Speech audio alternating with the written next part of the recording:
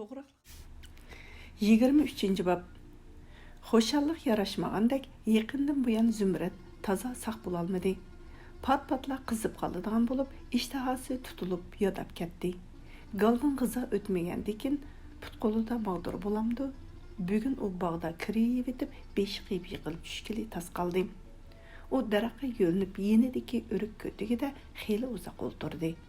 Olim mushkumu uning putiga so'rkilib o'ltirib mugidashga boshladi. Uduldagi tikanli qashaga yamshib o'sgan hashqi pichak yugimashlar oq, so'sun, seriq rangda ichilib ketgan edi. Kepinaklarmi gullar ustida qanotlarini juplab mugdayotgandek qiladi. Qashaga qo'nib olgan qushqashlari bichirlab sayrishadi. Zumratning ko'zlari qashada, xiyoli texmi yiroqda edi. U bultur mushu yerda shaharlik yigitlarning osh ishkash paranglashib, kulishib o'ltirganini, kitobni to'liq o'qiydigan Dilmuratning uning qo'lidan oshni olguncha gadarlargacha qizirib ketganini, shu kuni u ularga choy, tomoq to'shib yurgash chog'larida Dilmuratning uningga bir necha qitim o'g'irliqcha qarg'ini esladi. Keyin u akisini izlab ularning yotog'iga borgan edi. Yotoqda Dilmurat yolg'iz o'ltirib kitob o'qiyotdi. U Zumratni ko'rib yana qizardi. Zumrat uningdan kitob so'radi. U g'odiqib turib yostiqning tagidan Kapitan qizi degan kitobni elib berdi. Zumrat kitobni elib chiqib ketayotgan chig'ida Dilmurat unga nimadir demoqchidek, ammo deyishga betinolmagandek holatda o'ltirib qolgan edi. Zumrat kitobni 2 oqshomda o'qib bo'ldi. Muhabbatiga sodiq ham yurakli kapitan qizi uningga bek yoridi. U kitobni aparganda yotoqda g'ayrat bilan Dilmurat bor ekan. U ularning chiroyiga qaramay kitobni qo'yibla yenib chiqdi. U ashu kitobni elib qolmay nemishqa opirib bergan bo'lg'iydi ha? U bek yaxshi kitob edi. Keyin Dilmurat og'rib qoldi. Saqaygandan keyin uyiga ketdi. U uyidan qaytib kelganda Zumratdan o'zini qochirib yurdi. Ketadigan chaqdimi uningga gap qilmadi. Nemishqa shunda qiladi ha? U hargiz uningga choptisha olmaydi. 2 og'iz chiroyliqcha xo'sh deb qo'ysa bo'ladi. Ammo u unda qilmadi. Zumratning dili azar edi. Gerçi uning Dilmuratdan og'rinishga haqqi bo'lmasa-mu, onasining chaqirgan ovozi Zumratning xiyollarini bo'ldi. U ittik o'rnidan turishiga putiga yo'linib mugdayotgan mushuk partada qilib qasha tarafga qochdi.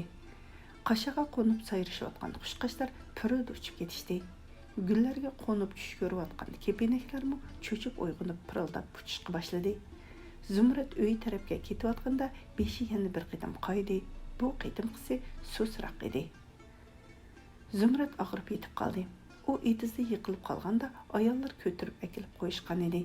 Shuningdan keyin o't kavob bo'lib, xudini bilib bilmay yetib ketdi. Chiroyimi bir necha kundala odam ko'rsa qo'qqidek sog'ayib ketdi. Turdi qari bilan Zaynab uni go'ngshiga ilib bordi. Bu yerdagi doktorlar uni cho'ngroq yerga viloyatga opiringlar dedi. Viloyatlik doktorxonaliklar Zumratni osma o'kul bilan davoldi. Bir necha kundala Zumratning chiroyi o'ngshilib, tamoqqa kirishib qolgan edi. Zaynabxon o'g'illarini doktor bilan so'zlashib beqinglar, endi chiqib ketsak bo'lar deb oldirishga boshladi. Atsa degandala doktor o'zi turdi qari bilan Rustamni chaqirdi. Ko'zoynak taqib olgan Uyg'urcha gapni bek chiroyli so'zlaydigan Xanzo doktor ularga Singlarning kesli oxirgi bosqichga berib qapti. Biz mushinchilik qila olamiz, biroq uzil kesil saqaytolmaymiz. Uning kesli uzoq o'tmay yana qo'zg'aldi. Qo'zg'alsa o'lib qolishi mumkin. Shunga darhol qaytirib akitib, obdan beqinglar, hargiz zukamdab qolmasin dedi. U bu sahralik yigitlarga bu kasallikning mamlakat bo'yicha ishkirdagi bir necha cho'ng doktorxonalarla davolaydiganligini, ammo davolash xarajati odam qo'rqidaq darajada yuqori ekanligini, ammo saqaytish nisbati 30% ga yetmaydiganligini so'zlab o'ltirmadi. Uning bu kishilarning turmushi 5 qo'ldak ayon edi. Rustam bilan turdi qari uning gaplarini tush ko'rayotgandek jimmida anglab turishdi. Keyin, "Yo'q, undaq emas. U o'lib qolmaydi" deb bo'qildab yig'lab ketishdi. Rustam doktorga o'zini tutolmagan holda, "Sen yolg'on aytyapsan. U bir obdan saqayib qoldi mana. Sen bizni sahroliq puli yo'q deb ko'ryotamsan. Anglab qo'y. biz qinimizni, jinimizni setib bo'lsa-mu, singlimimizni davolatamiz. Eyda, necha pul ketadi zodi deb vaqirdi.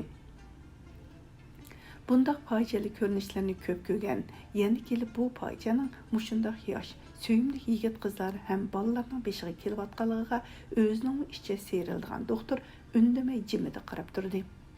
Axir turdi qari bilan Rustam ko'zlarini sovuq suda yuvib etib, chiroyiga zo'rlab kulgi yugurtib onasiga Zumrat yaxshi bo'lib qopti, yana 2 kundan keyin chiqib ketsak bo'ldi ekan dedi.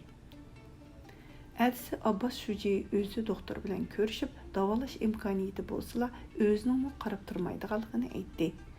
Doktor uningga Zumratning kasallik ahvolini va davolashning o'zi bildigan hamma imkoniyatlarni tafsiliy tushuntirdi.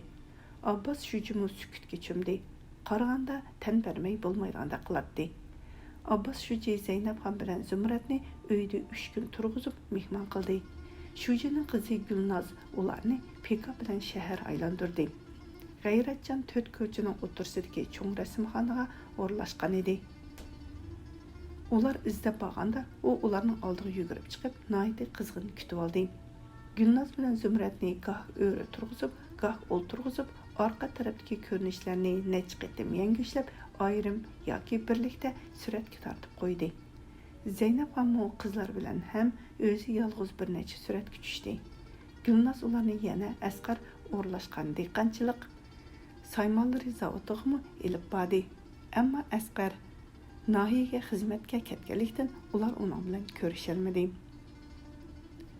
Mehmonxona uyining to'rida Dilmuratning ishkirda tushgan surati bor edi. Suratdagi Dilmurat sal o'rg'lab qolgandek ko'rinadi. U kalti yanglik oq ko'ylak kiyib, rangarang gullar echilib ketgan, qo'yiq dal daraxtlar bilan qoplangan, qarmoqqa bog'chiga o'xshaydigan bir yerda 2 qo'lini kayniga tutib, yiroqqa qarab kulimsirab turadi. Bir tutam budur chechi peshonasiga tushib olgan edi. Abbas Şuji o'g'lining gapi chiqsa, echilib ketadi. Gap so'zlardan faxrlanish chiqib turadi. Zeynep ham bilan Zumratni Abbas Şujining shofiri to'g'raqliqqa olib qo'ydi. Zumrat to'g'raqliqqa qaytib kelib 2 hafta o'tmay yiqildi. Shu yiqilgancha o'rnidan tura olmadi. Uning cho'lpon ko'zlari o'ziga talmirib qarab, qari yomg'ir to'kilib turgan onasi va qarindoshlarini qayta ko'ra olmadi. U bir kecha kunduz tip-tish yotdi. Ikkinchi kuni subida yiroq yaqindagi xo'rozlar bas-basda chillashga boshlaganda uning shishidek suzuk qonsiz chiroyga nimadir soya tashlab o'tgandek bo'ldi.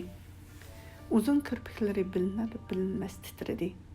So'zqina lipildab turgan bo'yin tomiri herib qolgandek to'xtab qoldi. Zeynep xuddi kichik vaqtlardagidek qizni quchog'iga elib tavritib o'ltirdi. Zumrat shunchalik yengil, xuddi bu vaqtda kichkina edi. Chiroyda tortishish, azob, hasrat, nadomatdan asar yo'q. Bir xil pok, shirin, tabassum jilva qilib turgandek edi. Uningga dadisi bek amriq edi. Birdam ko'rmasa chidab tura olmaydi. Dadisi yiniga elib ketdi. Zeynep xonning xiyolidan shu uy kechdi. U biror oy ilgari ko'rgan tushini shundoq aniq esiga oldi. Zumratning kichik vaqtlari emish. To'xta qari taladan kiribla Zumratni bo'shikdan yeshib, bo'shikda yetaveramdi bu. Uval emasmi buningga? Men beqib kiray deb ko'tirib chiqib ketayotgandek. Zeynep voy to'xtab tursizlar, ma'u posmis qoldi deb to'g'lisimi orqasiga qarab qo'ymog'dek. Shu tushni ko'rgandan keyin Zeynepning ko'ngliga bir andish kirib olgan edi. Zumratning kundan kunga so'lib sarg'ayib ketayotganligi uning andisini hassilab kuchaytirdi. Qizi ikkinchi qitim yiqilganda Zeynep ham shu tushning taqdirdan berilgan besharat ekanligini, taqdirni o'zgartirish mumkin emasligini his qildi. Jinidan esiz ko'radigan qizning o'limi oldida Zeynep o'zini tasavvur qilib boqmagan bir qaysarlikni ifodaladi.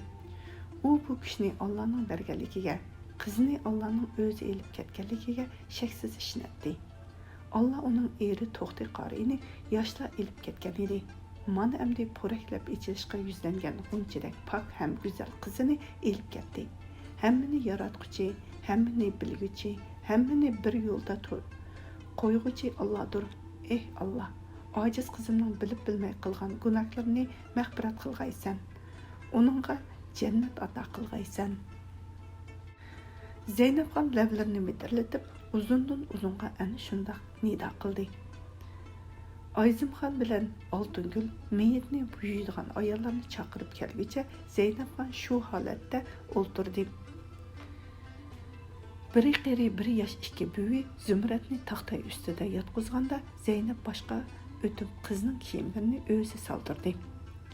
Yenimgulning va boshqa ayollarning to'sqiniga, nasihatlarga qaramay, buvilarga suvni o'zi taqshab, ularning qizining badallarini silab yuyishiga qiziqganda qarab turdi. Uni o'rgan chaqlarida xuddi bir yerini og'irtib o'tgandek chidamay qoldi. Beshidan tortib putining uchiga qadar xo'sh puraqliq o't cho'plarning suyida pokiz yuyilgan Zumrad taxtayda suratdek yotadi. Nam chochlari peshona gadallarida halqa bo'lib turadi. Sizib qo'ygandek qosh kirpiklari, elipdek burun, sal ko'tarilib turgan omoq lavlar amdila yetilgan qizlarga xos marmardek suzuk badan tug'ilgandan tortibla Zeynabning ichini kuydirib kelgan. Kichkina u purab, so'yib qonmaydigan put-qo'llar mushuncha go'zalliklarning rostilla tuproq ostida ko'milib ketganligiga kishining aqli yetmaydi. Yuraklar chidamay laxta bo'ladi. İki büyü Zümrətni qayda bo'yicha kepanga oldi. Zeynabxonning o'g'illari, urug' tuqqanlar vidolashish uchun kirishdi. Uyni yig'i zarqabladi. Zeynabxon shu chaqda hushidan ketdi. U hushiga kelibmi, ko'zini bir nuqtaga tikib, nit qilmay yetiverdi. Büyülər onunğa bir piyola demida suyu içirib qo'ygandan keyinla uyquga ketdi. U ertasi saharda qurib Zumrad qizim sen nerede deb to'lab hammaylarni uyg'otdi. Atrofda yig'lab turgan bolalarga bir qarab qo'yib beshini tutib birdan turib ketib vorida unsilib yig'ladi. Birer oygacha ko'zdan yosh qurmadi. Keyin bora tinchib jimg'ur bo'lib qoldi. Kunlarni qizning qabrisi oldida yoki joy namozda o'tkazadi. Kunlab og'ziga bir narsa solmaydi. Kiyim kechaklarini bo'lishiga ketdi. Teqi yaqingacha qunduzdek turgan chochlari birdilla oqirib, chuvilib turgan bo'lib qoldi. Ro'zaxon bilan Zumrad qo'sh kezak bo'lsa-mu, bir-biriga ancha o'xshab ketmaydi. Cho'nglarning aytishicha, ular boshqa qo'sh kezaklardek orqa-oqidan bo'lmagan ekan. Ro'za qari tug'ilib bo'lib bir necha soatgacha bolaning hamriga tushmabdi. Tug'ut ansi bola hamrini tushirish uchun har xil amallarni qildi. Kutmaganda yana bir qiz buvoq tug'ilibdi. U kichik, ammo jini chang ekan. Inchki ovozda inglab yig'laganda ovozning yangroqligidan hamma odam hayron qolgan ekan. Zumrad bu oilaning birdan-bir qiz farzandi bo'lganligi ham umoq, chechanligi bilan hamma odamning yaxshi ko'rishiga, mehr-muhabbatiga erishdi. Uning aksi bo'lsa, tug'ilgandan tortib hech kimning diqqatini tortmadi. U yashinib qolgan kamsiz cho'ng dadasining orqasida uningga o'xshash kamsiz o'zi bilan o'zi gaplashib yolg'iz o'ynaydigan bo'lib cho'ng bo'ldi. Ammo Ro'zaxon azaldan singlisiga hasad qilmaydi. Aksicha uning ko'nglida singlisiga nisbatan favqulodda yaqinlik ham tushunish bor edi. Zumradning mijozi yo'q bo'lib qolsa, u mu tang beyaram bo'ladi. U yig'lasa, bunimi yig'i tutadi. Ba'zida singlisini qora besib qolsa, u qo'rqib yig'lab uyg'onib ketadi. U bir ishni zodi unutib ketolmaydi. Ularning 7-8 yoshlarga kirgan vaqt edi. Bir kuni tong saharda qattiq yer tavrab, uylar silkinib ketdi. Ishlar ansiz qovib uyda, o'ylida nimalardir taraqlab urildi. Zumrad bilan Ro'zaxon tangla cho'chib uyg'ondi.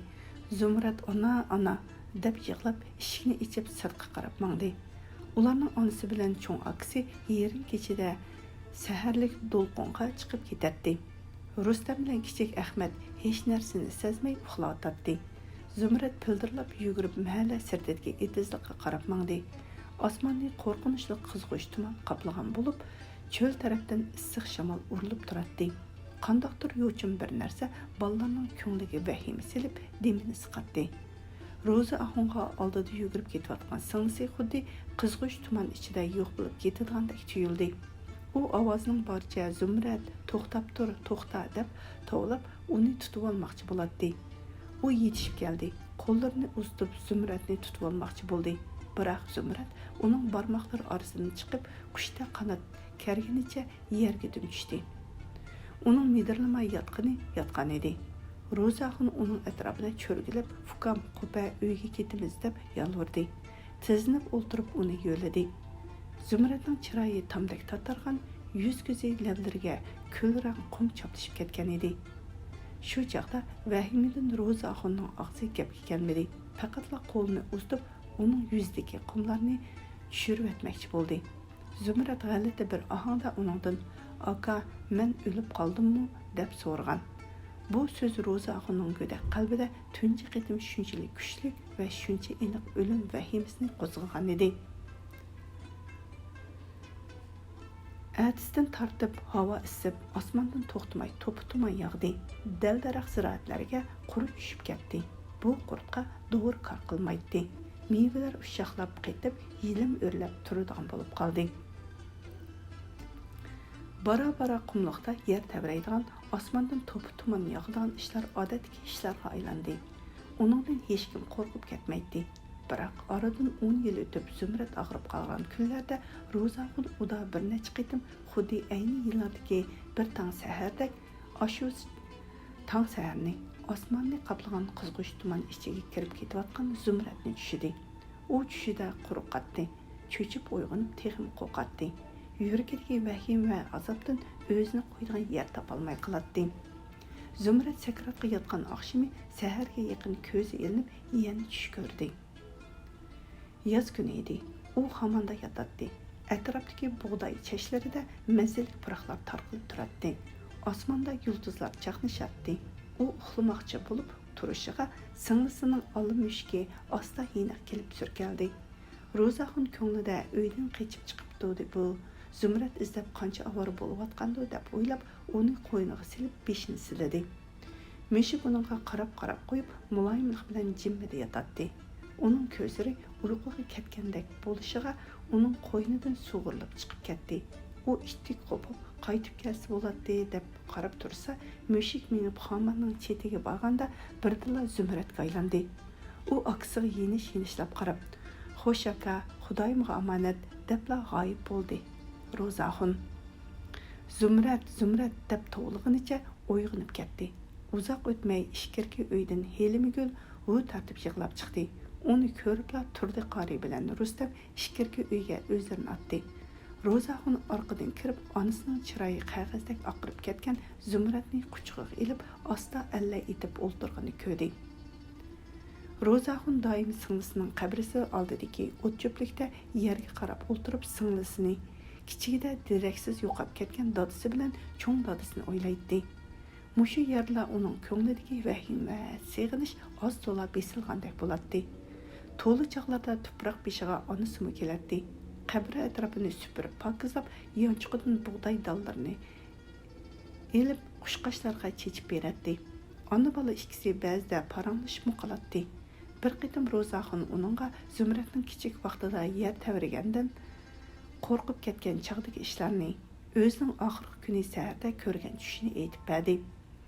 Zeynabxon anglab bo'lib, hamma ish taqdirdan ekan, taqdirga yozilganini ko'rmay iloj yo'q ekan deb ulug' kichik tinib o'ltirib ketdi. Orqadan, "Balam, menga o'xshash seningmi tushlaring oldiga kelib turadi ekan. Bu Allohning yaxshi ko'radigan bandalarga qilgan iltifoti emish. Yaratgan egam seni xayrli tushlarni ko'rishga nasib qilar ilohim" deydi. Shuningdek keyin Zeynabxon bu o'g'liga zam qo'yib qarab ketadigan bo'lib qoldi. Ona bolaning ko'nglida azaldan ko'rilmagan bir yaqinlik paydo bo'ldi. Ulardagi bu mehri muhabbatni Zumrad ata qilganga o'xshaydi. Bu mehr yaqinlik ularning qalb yorlariga malham bo'lib, ko'nglini bara-bara tinchlantirdi. Ular xuddi mo'ldir so'qqan ziroatdek asta-asta qadini ruslab, qaytadan hayotiy kuchga to'lmoqda edi. Bir yillik o'qishni bitkizib, noyilik partkomga tarjimon bo'lib o'rlashgan Rustam tunji qitim partkom shujisi Liu Ligo, ayni yillardagi Shaoliu bilan Qarsu yezisiga xizmatga bordi. Tushdan burun yezi kadrlari bilan yig'in ichib, charchagan Liu Shuji tamoqni balduroq yeb, yezlik hukumatning boshliqlariga tayyorlab qo'ygan yotiqida tushlik uyquga ketdi. Rustam azaldan tushdi uxlab, odatlanmaganlikdan karvatida birdam yetib beqib, asta putining uchida mengib sirtqa chiqdi. Yo'g'on qo'rining ichi jimjit edi. Üzüm barıngı astidagi bir qator ishxonaning qarshi tarafida yo'g'on bog' bor edi. Bog'ning tomlari reshatqilinib, ishkiga yo'g'on qulib selib qo'yilgan edi. Qo'ru darvosining yonida kichkina ikki egizlik uy bo'lib, uyning oldida kigiz selingan bir karvat qo'yuqliq edi. Badam do'pi kiyib olgan egiz bo'y, burutliq hayvat bir odam karvatdan qo'pib reshatqiliq tom bo'ylab tizib etilgan gullarga suv qo'ydi. Bulundaki katakning og'zini ichib, qaqildashga boshlagan bir necha mekan bilan xo'razni haydab cho'ng yo'lga chiqaribdi. U qo'ru eshigini yepib qo'yib kelibla birdilla Rustamni ko'rib qoldi-da, sal enishib qo'lni maydasiga ilib salom qildi. Ovozini pasaytib, "Mavu to'g'ularning toza qaqildaydigan vaqti bo'ldi" desilar, Liushuji tushlik uyquga bak amroq. To'g'ular uyqusiga daxli qilib qo'ymasin deb yo'lga chiqaribdim. Bo'labdimi deb kuldi. O bilan qipla o'zlari mushu qo'ruga qaraydigan o'xshamamlar Rustam karvatga kelib o'ltirg'ach uningdan so'radi. Shundoq. Mavu ko'rpaga kelsizlar, ko'rpaga. Avu bog'ning ishimi bor. Xotin ikkimiz bog'vanchilikmi qilamiz, kuzatchilikmi qilamiz. U yer bu yerdan har qaysilardek mehmon kelib qolsa, yotoq tamiqidan xabar olamiz. Ha, ukam, xatolashmasam o'zlari Liushujining tarjimoniga deyman. Shundoq, men texi yangi yacha tarjimonlikni amdi o'rganyapman desam bo'ladi. Manda deslar, tarjimonlik degan qaltis hunar, boshliqning tili degan gap. Pabi bor odam boshliqning orqasida yurib, jiqishlarni o'rganib oldi. Qaylaganda sizlar cho'ng maktabda o'qib kelganda qillar, o'zlarining yurtlari na'din bo'ladi. Men ancha bola cho'ng maktabdami o'qimagan, viloyatda ichilgan 1 yillik kursda o'qigan. Men mushu noyining Saybaq qo'nishisidan deb javob berdi Rustam. Bek bilan bo'libdi, to'li obdan ish bo'libdi. O'zimizning odami deysizlar deb xirildab kuldi burutliq odam. O'z bo'lgandan ko'ngildagi gapni qilishga bo'ladi. Sizlarning oldinglarda Liushuji bilan bir tarjimon birga keldi. Yurtini boshqa bir yerdan deganda qilgan. Beijingda o'qigan, bek usta tarjimon deyishadi. Lekin Liushujiga yormay qolgan. Rustamning yuragi jiqidi qilib qoldi. U ovozini pasaytib, "Nimishqa yormagan bo'lg'iydi?" deb istik so'radi. Burutliq odam ikki yiniga qarab yetib, Rustamga qarab yang'ishdi. Bu Liugo noiti esil odam. Qilaman degani qiladi. Pichqi bak kesadi. Xizmatgimi o'zini urib turadi. Men buningdan jopaliq ishlaydigan boshliqni ko'rmagan. Mangmi shundoq amroq meni ko'rsa yiroqdan, "Hey Dagaza, yaxshimi? Yakshimi?" deb kulib ketadi. Bu yerga kelsa har oqshimi uningga bir tas issiq suv tayyorlab beraman. U putini issiq suvga chilab o'ltirib material ko'radi. Suv sovib ketganda men ochqib to'kib etaman. Bu ishni zoti unutib qolmayman. Bir qitim qiyni onam o'lib ketib, yurtga ketgan vaqtimda Liushuji heliqi tarjimon bilan kelib qaptim. Oqshimi issiq suv akilib beradigan odam yo'q, heliqi tarjimoni buyuribdi. U issiq suvni akilib beribdi. Putini yuyib bo'lib, suvni to'kib etishga buyurgan ekan, heliqi tarjimon, "Sen nimayding? Meni xizmatkor ko'ryapsansan, men qilmagan putingning yundisini to'kish qolganmidi?" deb tilabdi. Liushujimi bo'sh kelmabdi. Onu shu yerda qo'g'lib etibdi. Noyidimi patirmabdi. U katta tarjimon xizmatidan ayrilib, qalqili tas qilib, jiq so'riqchilik bilan yurtga ketibdi. Rustam birdalla g'amga betib jim o'tirib qoldi. Burtliq odam uning ko'nglidagini bilib oldi. Bo'lg'ay darhol gap boshladi. Asli Liugo unchavala eski odam emas. Boya dedim-ku, pami bor odam uning orqasida yurib ish o'rganadi, yo'l topadi. Undaq boshliqlar bilan yiqilishimiz, xizmatini qilamiz deb armon qildiganlar ozmi? Put yo'g'on suvni to'kib etish degan qanchalik ishdaylar? O'g'il bola degan biror maqsadga yetish uchun qilin, qattiqroq bo'lib olmasa bo'lamdi. Mana o'zimni olsam, ashu bir tas issiq suvning yuzi bilan kaminaning jopasini qutuldim. Xotinimni yenimga akilib oldim. Mushuncha bola cho'ng qo'limda bo'lgandan go'ngshidagi boshliqlarni o'z yo'lda rozi qilib turaman. Endi men demoqchi ukam, Sizlar u kaltıp ham tarjimani doğrab qalmıslar. Manga o'xshash dehqonning bolasi ekanlar. Sizlar bilan biz ko'rmagan nima jafolar qoldi deylar. Endi tarjimonlikni o'rgansizlar, ishning yo'lini o'rgansizlar. Qandoq dedim? Obdan dedilar. Bu gapni anglab qolganim bek obdan bo'ldi. Ma'qul emasa men kirib baqay. Liu Shuji uyg'onib qoldim ekan. Liu Shuji ishkirki uyda so'z xo'rak tartib uxlatadi. Rustam karvatga o'zini tashlab yetib, xiyolga cho'kdi. Qumliqda cho'ng bo'lgan bu sodda sahro bolasi dunyoning murakkab, hayotning rahimsizligini, yaxshiroq yashash uchun mushu rahimsiz dunyoga moslashish kerakligini dastlabki qadamda his qilyotdi. U o'zining hayot yo'lida yana qandoq oji yo'l tanlashlarga duch kelganligini, o'zini nimalar kutib turganligini tasavvur qila olmaydi. Uning birla narsa ayon edi. U endi to'g'rilikqa qaytib ketmaydi. U bu yerda boshqa bir xil yashash imkoniyatini ko'rdi va uningga chish tanliqi bilan yepishdi. U odamdek yashashi, rohat ko'rishi, onasiga rohat ko'rsatishi kerak edi. Bu maqsadga yetish uchun u har qanday bedel to'lashga rozi bo'ladi. Put yulduzini to'kish qanchalik ish edi? U degan Rustamning boshlig'i. Yoshdimi uningdan xeyli cho'ng odam. U albatta uni hurmat qilishi, buyrug'idan chiqmasligi, turmushda unga yordam qilishi kerak. Rustam ko'ngli tinqandek bo'lib, ulug' kichik tindi.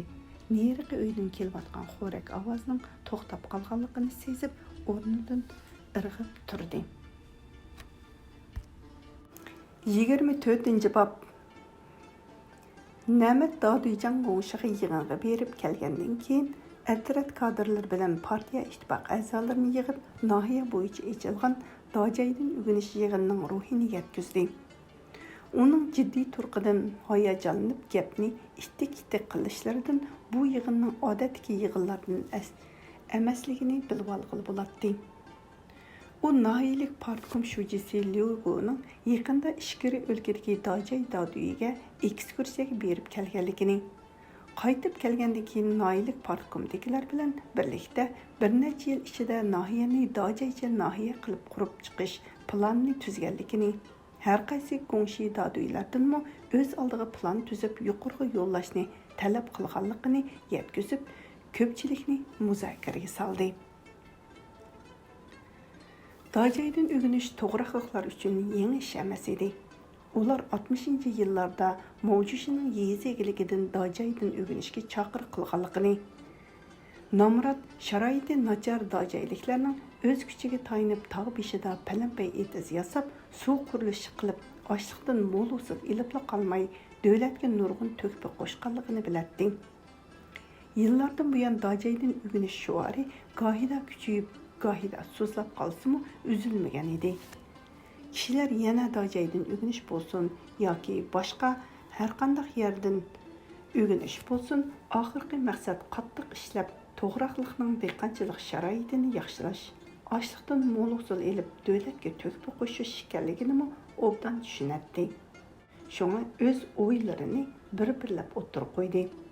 Ularning fikri asosan o'stangni qayta yasash, damba, to'sma qurib eriqlarni yurishlashtirish, bir necha yerda quduq qazish, qo'ngshiga boradigan yo'lni yasash, Daduydagi ilmiy tarixchilik punktini tajriba etizlarini asliga keltirish qatorliqlardan iborat bo'ldi. Bu gaplar Namatni qanoatlantirolmadi. U Dajayning eng muhim tajribasi sinifiy kurashni tutqi qilish, kapitalizmning quyrug'ini kesish ekanligini, buni o'rganmay Dajaydin o'rgangili bo'lmaydiganligini ta'kidladi. Buningga ulapla yana bir gap, Liu Shuji yig'inda bir mo palanpay etiz, bir necha mo tuzlang etizga barobar keldi ekan. Bu yerdan ko'p qatlamli foydalanishga bo'ldi ekan.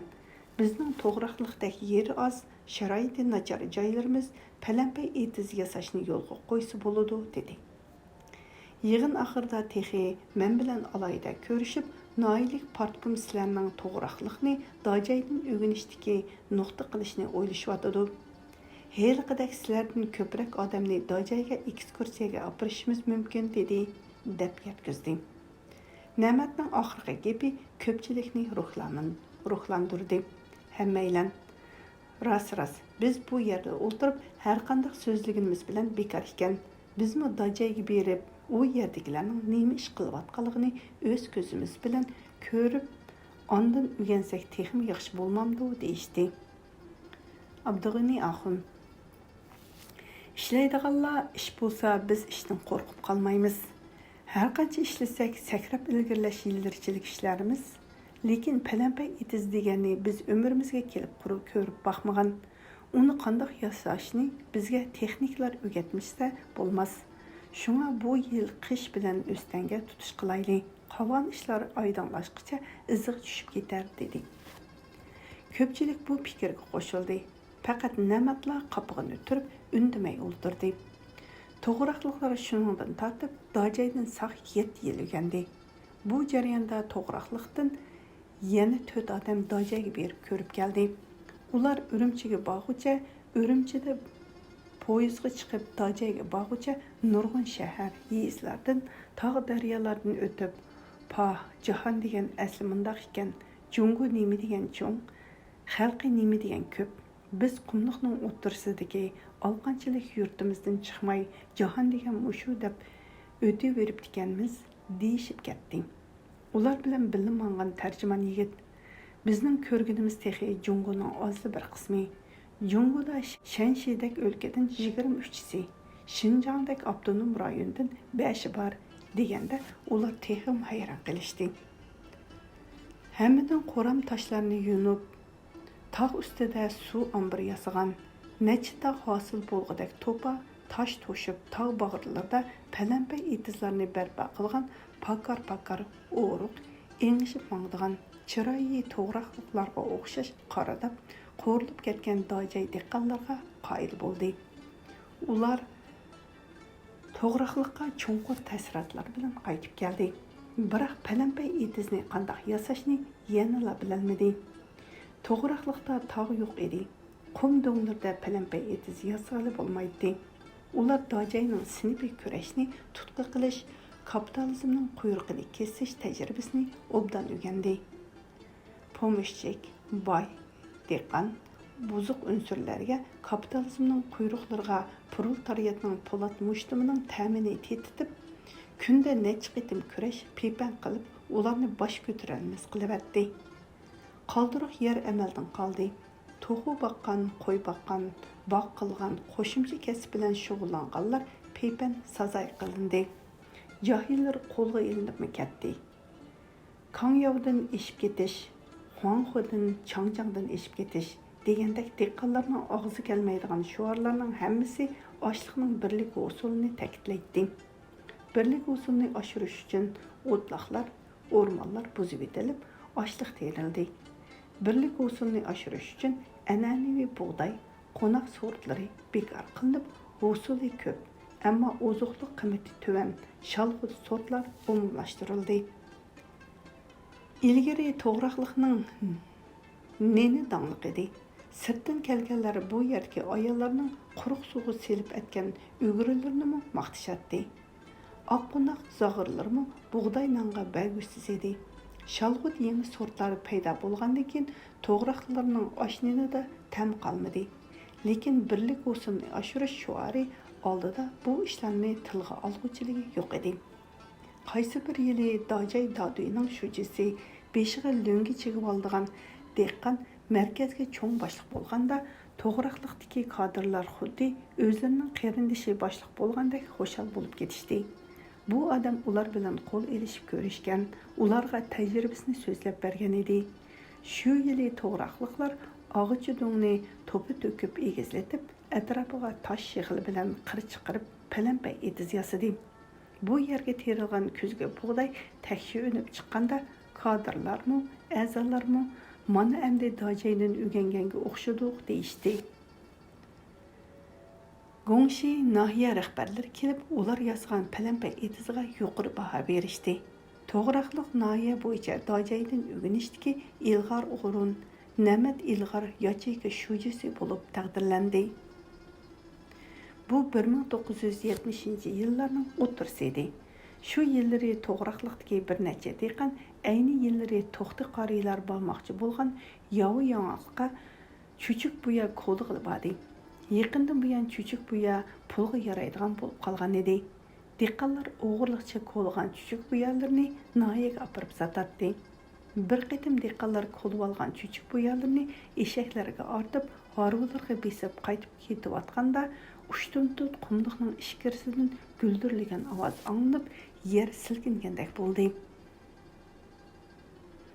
Ular boshlarini ko'tarib qumliq bag'riga qapqara bir xil suyuqliq etilib chiqqanligini ko'rdi. Suyuqliq to'rikdek osmon palak o'rlab atrofga chechilib tushishga boshladi. Ular qo'rqindan qetib qoldi. Hech qaysining tili gapga kelmaydi. Badni yerga mixlab qo'ygandek medirlamaydi. Xeyli uzoq o'tganda qeyri bir dehqon tizilib, "Ey shafqatli Alloh, osiy gunohkor bandalaringni o'z panohingda saqlag'aysan. Bilib bilmay o'tkazgan gunohlarimizni mag'firat qilg'aysan" deb duo qilishga boshlagan edi. Qolganlarmi tizilib o'ltirishdi. Ular zamoni oxir bo'lib, yer yerilg'ini o'z ko'zimiz bilan ko'rdik. Yana nima ishlar bo'larkin deb o'ylashadi. Ular xeyligacha duo qilib o'ltirishgan bo'lsa-mu, hech qanday ish yuz bermadi. Faqatla osmon palak bo'lib etilib chiqayotgan suyuqlikning sharqirgan ovozi to'xtamay anglanib turadi.